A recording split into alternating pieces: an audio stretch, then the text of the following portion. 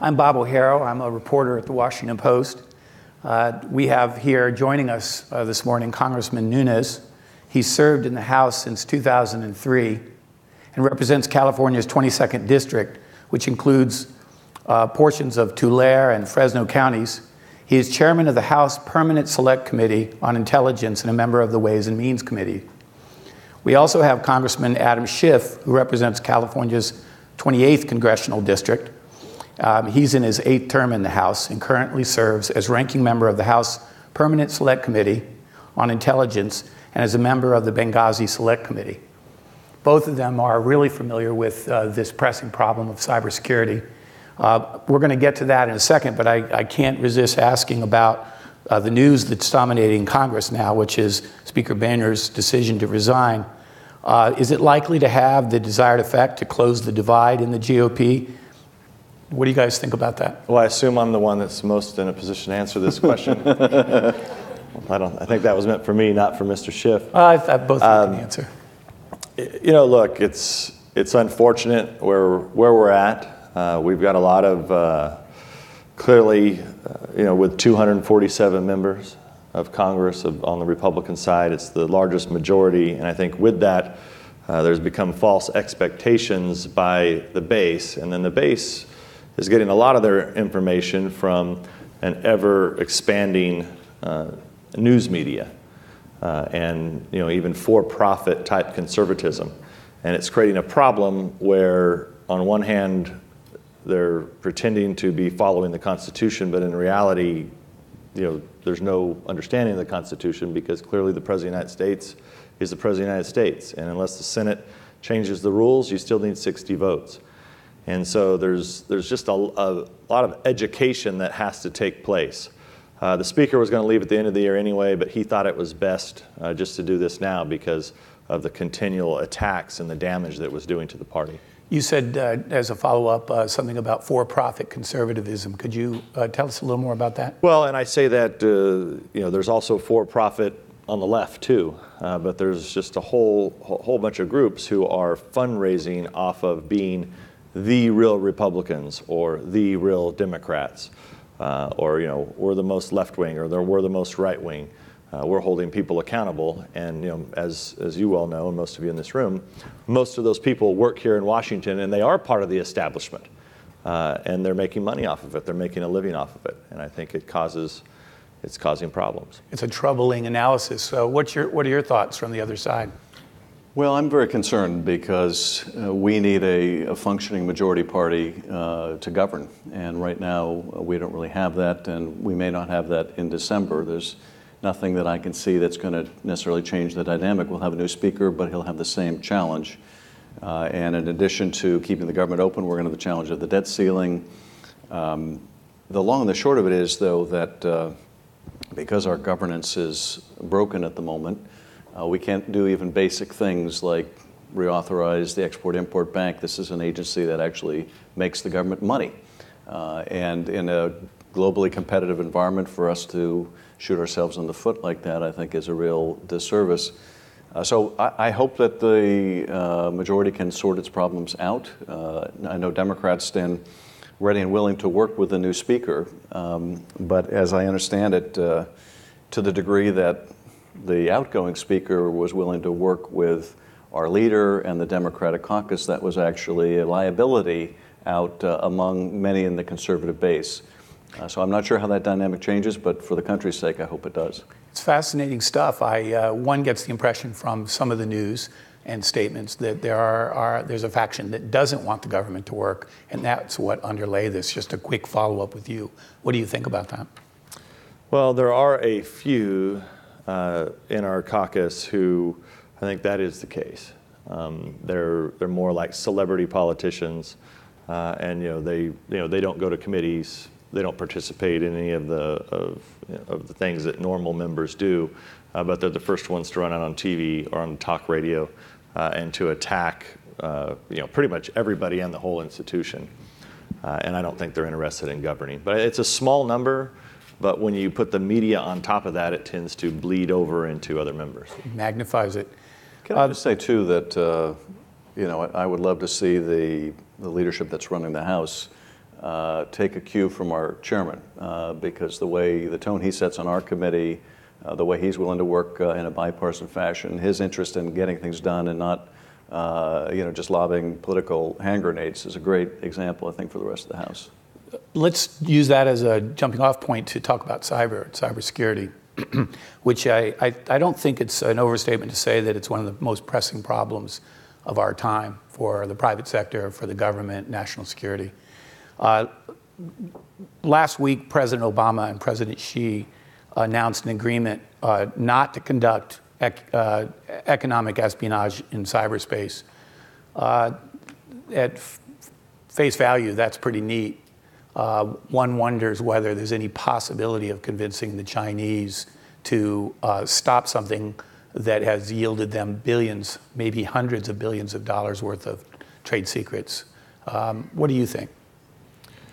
Well, I heard when we were coming out here that we were introduced to some of the experts, and I think that's a real challenge because there are no experts. And there are no experts in the cyber world because the technology is changing so rapidly. And so what we're tasked with in the Congress is trying to keep laws up with changing technology that's changing so rapidly. We don't even know the new apps that are going to be developed that are going to change the way we do encryption and everything else. And so, as we look forward, what we're trying to do is at least set up cyber sharing. So we've passed legislation in the House overwhelmingly. It's passed in the Senate. It has not passed, but we're hopeful that it will pass quickly because then we can get something done. So at least we create an area, because we call it cyber sharing, so that people can share business to business, company to company, or company to government to company.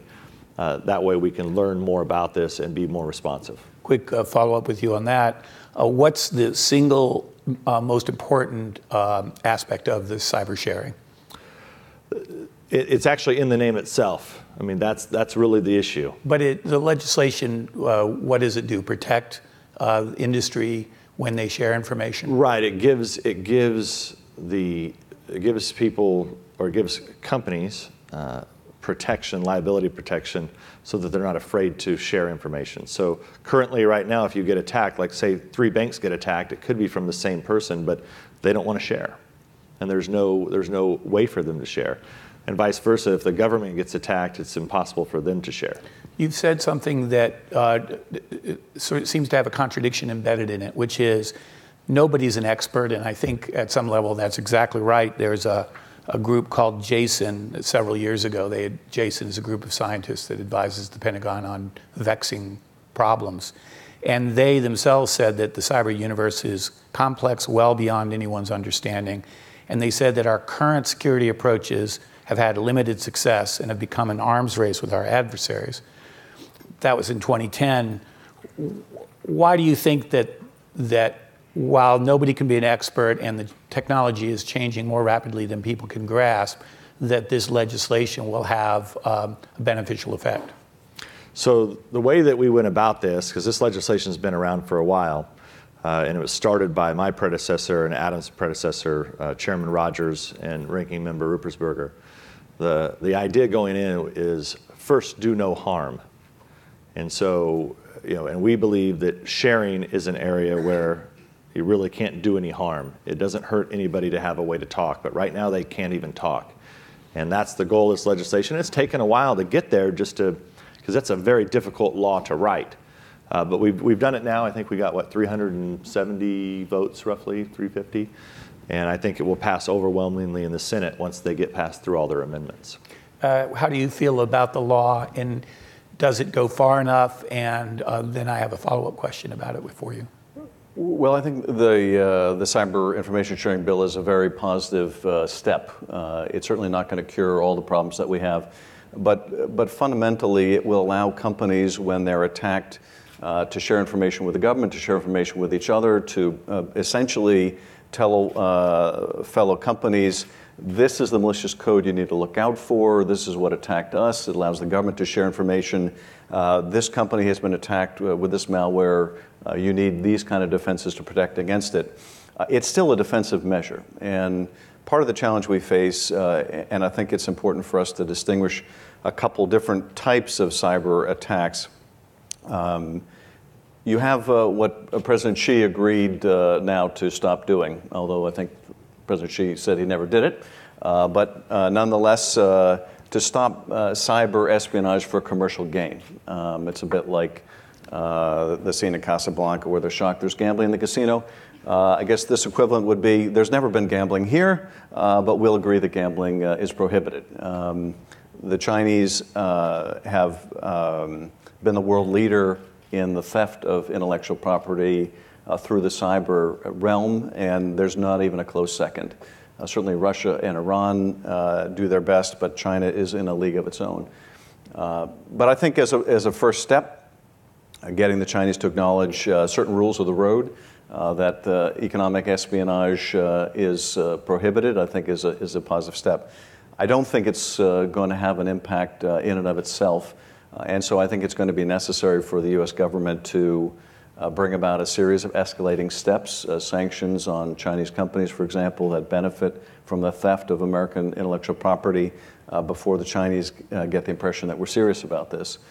And that's going to be tough because they will reciprocate. But we need the Chinese to think before they embark on this that there's a real cost to them.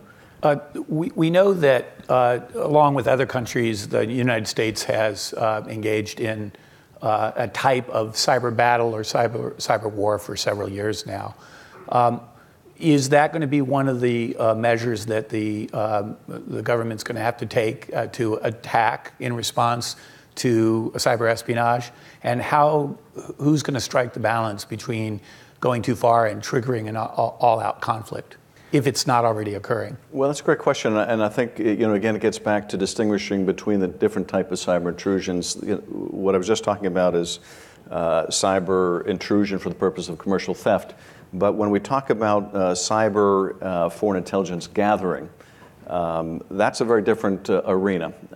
And frankly, I think it's going to be enormously difficult to establish any rules of the road there, because whatever a country decides is in its national security interest, in terms of whatever foreign intelligence it wants to gather or feels it needs to gather, it's hard to establish a rule against that and expect them to follow it. So there, we have to do a lot to beef up our defenses. Obviously, we're very interested in what we can achieve on the offensive side of that. And then you have the whole separate arena of a literal cyber attack, and Sony is sort of the quintessential illustration of that, where a foreign country uses the virtual realm to literally destroy a property, in this case of an American company very close to my district. And there, I think it's incumbent on us to establish a deterrent. And that's very difficult. It won't be the same with respect to all countries. But I think in this case, in the case of North Korea, they view that as essentially being a freebie. Well, here's an interesting dilemma, and I don't want to go down the rabbit hole too far here, but how does the United States establish a deterrent without being able to establish the identity of the attacker, which is a fundamental problem in cyberspace? And secondly, how do you both feel about the private company efforts, which are well underway to establish their own intelligence operations and their own private forces to attack, their hack forces to hold companies and countries accountable when they're attacked? Because that's underway. It hasn't received a lot of attention. How do you feel about private companies looking out for themselves?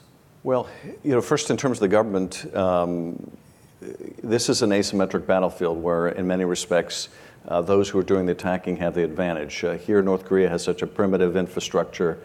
They can do us a lot of damage. We could devastate them, but I thought it was interesting after the Sony attack, there was a lot of speculation about why the lights were going out in North Korea. Was it because we were retaliating? The reason that was an open question was the lights are always going out there. Right. But I think that we need to explore not only cyber responses, but also responses in other ways that deter. And I'll just give an example with North Korea. As we saw in the recent conflict between North and South Korea, one of the things that North Korea is particularly sensitive to is information wars. The thing that drove North Korea, I think, to the table to resolve that flare-up was the fact that these loudspeakers were blaring information critical of the regime of Kim Jong-un. And so that might be a response to a cyber attack. And that would certainly get their attention. It would certainly be a deterrent. But it means that we're going to have to decide at a governmental level what constitutes an act of war, what a proportionate response is. In terms of the private sector, I think the private sector certainly needs to develop its own capabilities in terms of cyber defense, and that may involve an intelligence element. But I would be very reluctant to see the private sector engaged in retaliatory attacks, because they may not have and won't have, indeed, the same capability of ensuring that they're attacking the right target, because obviously there can be a lot of subterfuge about where an attack is coming from. There can be the use of remote computers, innocent parties' computers, as botnets to carry out an attack. So, I think the government has gotten very good at attribution. The private sector, though, I would be wary of seeing them employ this. And one last point I would make on this is you can foresee the challenge ahead of us when we are able to make attribution, but we don't want to make the source of our capability of making attribution public. And so it then becomes sort of our word against theirs. But we're going to have to be willing to retaliate and deter. Otherwise, we're going to continue to be the subject of unlimited attack. What do you think about the private sector attacking and then our own ability? Yeah, so I think I would add just 2 points to that. The first is that the biggest challenge is it's tough to even know when you've been attacked. And I think that's going to get even harder and harder to do. Just take the OPM hack.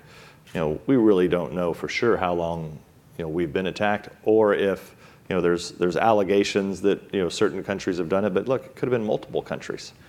The second point I would add is that it's going to take the private sector being involved in order to solve these problems. The government's just not going to be able to do it. DOD and the IC intelligence community can't hire enough contractors possibly to solve all of these problems, and especially as the technology is evolving so rapidly. And I think Adam and I have both spent numerous trips and trips to Silicon Valley and meetings with entrepreneurs here, and it's just mind-boggling what's on the horizon. So I'll sharpen the point here a little bit about Congress. The change has been in cyber has been revolutionary. It's been going on for a long time, but let's say the last 8 or 9 years. Really, to a great extent, Congress has been on the sidelines, still largely on the sidelines of this. It's a hellishly important, complex problem, as you made clear, both of you. And yet, to solve that or even to begin to address it would take a certain cooperation in Congress. Are we going to see that right now? It doesn't look very hopeful that people can rise to the level of cooperation and the intellectual conversation and focus to bring this off. What do you? Well, I'd take a little bit of an issue with that. A couple points. One is that the Congress has put in billions and billions of dollars into cyber protection across all facets of government. I mean, everybody in the IC, every part of DoD has its own cyber area that the government is funding and put a lot of money into. Secondly, it's, as I started out with, our first goal here is to do no harm. That's why it's taken, to just go and change laws. A lot of people think this is very easy, but Adam's, a lawyer and was a prosecutor, and he understands this a lot better than I do. But you just tinker with one law, well, that changes. It has a cascading effect. I do agree with you on one point, and there are, getting back to your first question, there are a lot of celebrity politicians who want to go out there and go on TV and say, the government's spying on you and Snowden is a hero, et cetera, which is not helpful. But we have had overwhelming votes in the House. We'll have an overwhelming vote in the Senate, and ultimately, it's going to take. And I think we're very close to an agreement with the House and Senate, and I don't have any problem with the length of time that it's taken, because we've taken, I think we've done a judicial job of trying to get it right. Now, if we don't get something done this year, I think both Adam and I would have a real problem with it. You've reminded me of something the information sharing seems like a very good idea, all things considered. But I've heard a number of people in the private sector, and I can think of the energy sector in particular, who really grumble a lot and sort of privately say, well, I'm not going to share if. They grumble about giving information to the government but not getting information back. That's number one. And number two is they worry that if they give information that could be really sensitive, proprietary, what have you, that there are people inside the government that accidentally, on purpose, misuse it. So the question is twofold. Do you think that the government is going to share with the private sector better than it has in the past? And is there going to be a commitment to punish people in the government who maliciously or even accidentally misuse this information? Because it seems to me without those two parts, this isn't going to go anywhere. Well, that is the goal of our legislation. Assuming we get this signed into law, like all laws, you'll have to constantly evaluate and have oversight. But we believe we've struck the right balance. I would say too that I think that in the cyber realm, it's a rare instance of Congress being able to grapple with really complex issues and wrestle them to the ground. We went through a vigorous, difficult political debate over the telephone metadata program and how we ought to reform that and whether we ought to make changes in the FISA court. These were not only complex issues, but issues in which there were very firmly held and divergent opinions. And yet, we passed the USA Freedom Act, which enjoyed very broad support ultimately in both houses. And I think is a rare success story, frankly, of the Congress in the last few years, being able to take a really tough, complex issue and get the work done. Similarly, on the information sharing bill, I'm optimistic. It's on a very short list of things we think we can get done this year. We've done our part in the House.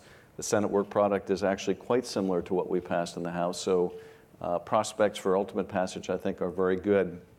In terms of what the private sector may think of government's willingness to share, the information sharing legislation that we're trying to get passed right now is basically a broad expansion of a pilot in the defense industry, which the defense sector has been very pleased with. And they feel the government really has shared information with them about, okay, this attack is coming, this is what you need to look out for.